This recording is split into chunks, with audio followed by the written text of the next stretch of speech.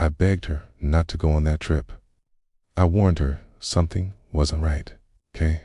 But she laughed in my face, packed her bags, and left anyway. That's when I silently walked away, and what happened next turned her world upside down. My name is Jamal Rivera. 33, a small business owner running a boutique coffee roastery in Santa Fe, New Mexico.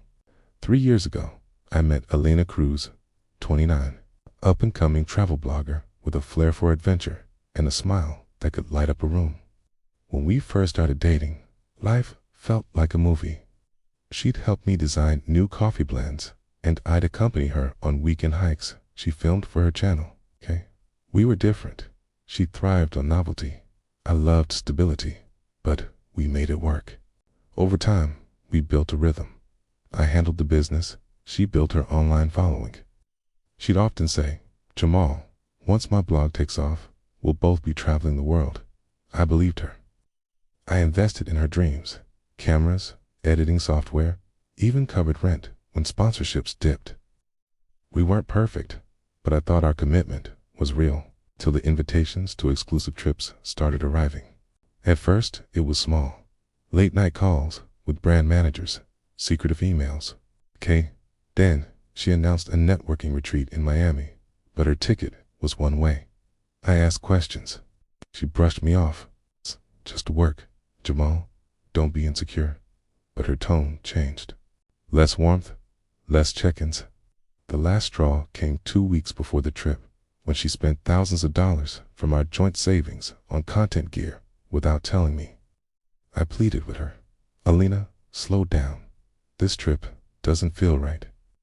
Who's really funding it?" She smirked. "You wouldn't understand, okay? This is bigger than you." That cut deeper than anything. I realized she wasn't just chasing opportunities. She was chasing attention and maybe someone else. The morning of her flight, she left before dawn. Her phone buzzed on the counter. I shouldn't have looked, but I did. Messages popped up from a D. Santiago promising luxury suites, private shoots, and no boyfriends allowed. Photos of them together at past events surfaced. My stomach dropped. She wasn't just leaving for work. She was leaving me for a man who promised her more clout. I didn't rage. I didn't call. I packed a small bag, withdrew my share of the savings, okay, and left her apartment keys on the counter with a note. "You made your choice. Good luck." Then I went silent, blocked her on socials, stopped answering. Within weeks, her new posts showed her flaunting yachts and rooftop parties, but I knew how those deals end. I poured my energy into my roastery. Without the drain of financing her trips, I expanded, opened a second location, and secured a major contract with a regional grocery chain. My blends started trending on TikTok. 6 months later, an email from Elena arrived under a fake subject line. "Please call me." I ignored it. 2 more came, then a DM. "I messed up.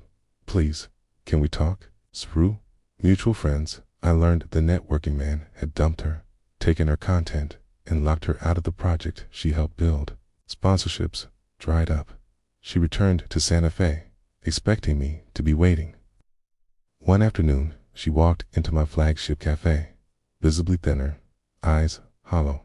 "Jamal, I'm so sorry. Can we start over?" she whispered. I calmly handed her a coffee on the house and said, "Elena, I pleaded with you not to go. You chose your path. I've moved on." And then I served the next customer. The entire shop had seen the exchange. She left quietly. That was my revenge. Not cruel, not loud, but powerful, thriving without her. Today, my roastery is thriving. I'm dating someone who values integrity over image. Lena left town soon after, reportedly working a desk job far from the spotlight she once craved. Okay, I don't hate her. Okay, I just learned the cost of overextending yourself for someone who wouldn't do the same. You can't save someone determined to sabotage themselves. You can only save yourself. Sometimes the strongest move isn't fighting or begging. It's walking away and letting your success speak.